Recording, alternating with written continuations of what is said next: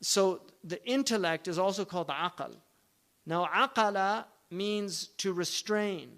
So the intellect is the thing that restrains you from going astray. It prevents you. So, afala ta'qilun, don't you use your intellect.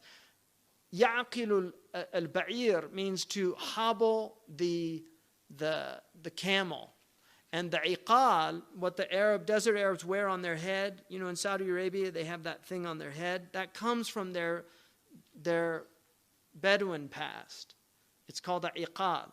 The iqal it's a mushtaq of aqal, because it does to the camel what the intellect does to the human. The iqal is there to make sure that the camel doesn't go astray. The aql is there to make sure that you don't go astray. So humans go astray when they stop using their intellect, or when they use it improperly. And we'll get into that, just about what's called real goods and apparent goods. In all the Abrahamic languages, the word for sin, to sin, means to miss the mark. It's an archery term. Armatia in New Testament Greek, right? In Hebrew and in Arabic, khati'ah, which is it's a akhta'tu al-marma. Khati'ah is an archery term, to miss the mark. And the idea that sin is missing the target of good, because you thought you were getting a good. When people sin, they're trying to get something that they think is going to be good for them, or they wouldn't do it. That's why we're all rational. Even when people sin, they sin for rational reasons. I mean, if somebody kills somebody, unless they're mad, they have a reason for doing it. I mean, even Dahmer, this guy, for people who are fortunate not to know who he was. But in America, we had this guy that was eating kids, But he was a Satanist. He worshipped Satan, and he believed that, that he was getting some kind of power in doing that. So there was some reason for why he did that.